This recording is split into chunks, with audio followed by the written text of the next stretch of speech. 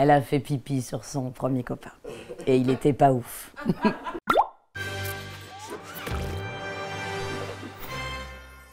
Alors, je m'appelle Marion Mésadorian. Je suis comédienne et j'incarne plein de pépites sur scène qui sont tous les gens que j'ai rencontrés dans ma vie, qui me font marrer, qui me touchent et que j'avais envie de partager avec le public pour voir si ça vous fait la même chose.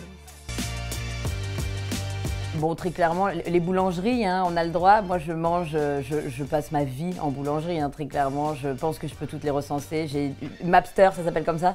J'ai créé une Mapster avec toutes les meilleures boulangeries de Paris. Oui, je peux vous conseiller ça. Alors, il y a celle qui est spécialisée en brioche, spécialisée en pain au levain naturel. Celle aux cookies. Les cookies, attention, moelleux, voilà, un peu de temps, toujours pépites qui fondent. Voilà, ça, c'est important. Écoute, contrairement à beaucoup de copines qui apparemment reçoivent beaucoup de phallus en photo ou je ne sais quoi d'autre, à la fin de leur spectacle, c'est quand même magnifique. Moi, je n'ai jamais eu ce plaisir. Et Dieu m'en garde, mais vraiment, c'est vrai que je ne les envie pas. Et je ne sais pas si c'est du plaisir ou de la souffrance. Je pense beaucoup de souffrance. En fait, j'ai fait pipi au lit jusqu'à tard. Jusqu'à très tard, jusqu'à 18 ans. C'est tard, c'est très tard, ne me jugez pas. Moi, j'ai fait pipi sur mon premier copain. Ouais. De toute façon, il était pas ouf. Incroyable, j'espère qu'on fera le buzz avec ça. Elle a fait pipi sur son premier copain. Et il était pas ouf. Une de mes premières dates de tournée, je jouais dans une petite salle en café-théâtre. Au bout du deuxième soir, la programmatrice me dit « C'est formidable, c'est déjà rempli pour demain, on te passe dans la grande salle. » Je me dis « C'est incroyable, comment ça se fait qu'en 2 jours, le bouche à oreille dans cette grande ville est parti, je dois être extraordinaire. » Et en fait, le lendemain, j'arrive et donc la salle, effectivement, est pleine, c'était une centaine de personnes.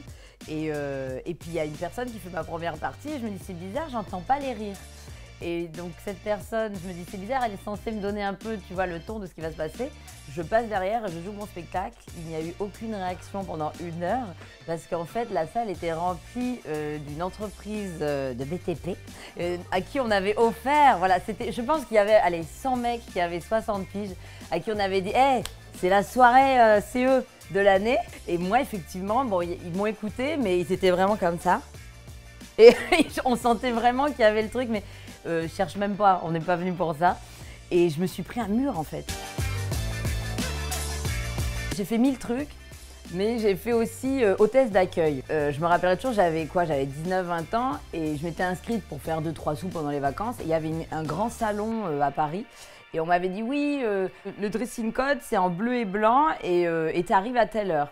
Et je vois toutes les filles qui sont d'une autre couleur que cette couleur-là, hyper belles, chignon machin, d'un autre côté. Et puis moi j'avais les autres couleurs avec 3 autres filles, mais qui étaient vraiment très mal sapées et pas très jolies. Et je me suis dit mais donc je fais partie de ce groupe-là. Je ne vous juge pas, mais du coup, ça veut dire quelque chose sur moi. Et en fait, ce qui s'est passé, c'est que quand on est arrivé dans le salon, les belles gosses habillées en tailleur, elles étaient devant le stand de bar où elles récupéraient les fiches destinataires de tous les gens qui rentraient dans le salon. Et elles les prenaient et elles les filaient derrière à la moche. Tiens, toi, tu remplis la fiche et tu crées le badge. Et moi, j'étais derrière en train de faire les trucs comme ça. Oui, oui, bien sûr. Et t'es là, tu remplis des badges, monsieur machin, monsieur truc. Et l'autre, merci, bonne journée, monsieur Marmiton. Et toi, t'es là, connasse. Bah, dans le même style, hein, peut-être que j'ai des questions à me poser. C'est mes copines qui m'ont... Oh, alors, je sais pas si c'est le pire, mais je pense à un truc. Elles sont cotisées à 4 pour m'offrir un relooking. Et donc... Non, mais attends, tu te rends compte? C'était 25 ans, on s'est tous cotisés. Bah, il y avait besoin, mais j'ai pas vu le truc, quoi, tu vois. Oh, le noir. Alors, le noir. Oh, c'est terrible. La fille n'aime pas les vieux et elle est raciste. C'est terrible. On la déteste, on la déteste. Non, non, le noir, il n'y a pas de noir, c'est jaune. Ah, aidez-moi. Le noir, c'est-à-dire quand il fait nuit, quoi. Et qu'est-ce qui se passe dans une salle de théâtre? Eh ben, il fait noir. On fait un noir avant de monter sur scène. Donc, je me tape ma pire phobie tous les jours. J'ai quand même choisi ce métier, hein, c'est quand même un peu... Ça me tétanise en fait, ça me tétanise. Donc je compte les secondes et j'attends que la lumière se rallume et je me détends. Bonsoir. Et non, mais vraiment, c'est terrible. Pareil, je venais d'arriver sur Paris et moi, quand on me dit bonjour, ben, je réponds. Et là, j'étais à un arrêt de bus près de Notre-Dame et il y a un papy qui me dit bonjour, vous prenez bien le 47 ?» Et je lui dis bah oui, oui. Bon, là, déjà, trop tard, il avait enclenché le truc. Et moi, je peux rester 100 ans comme ça à parler.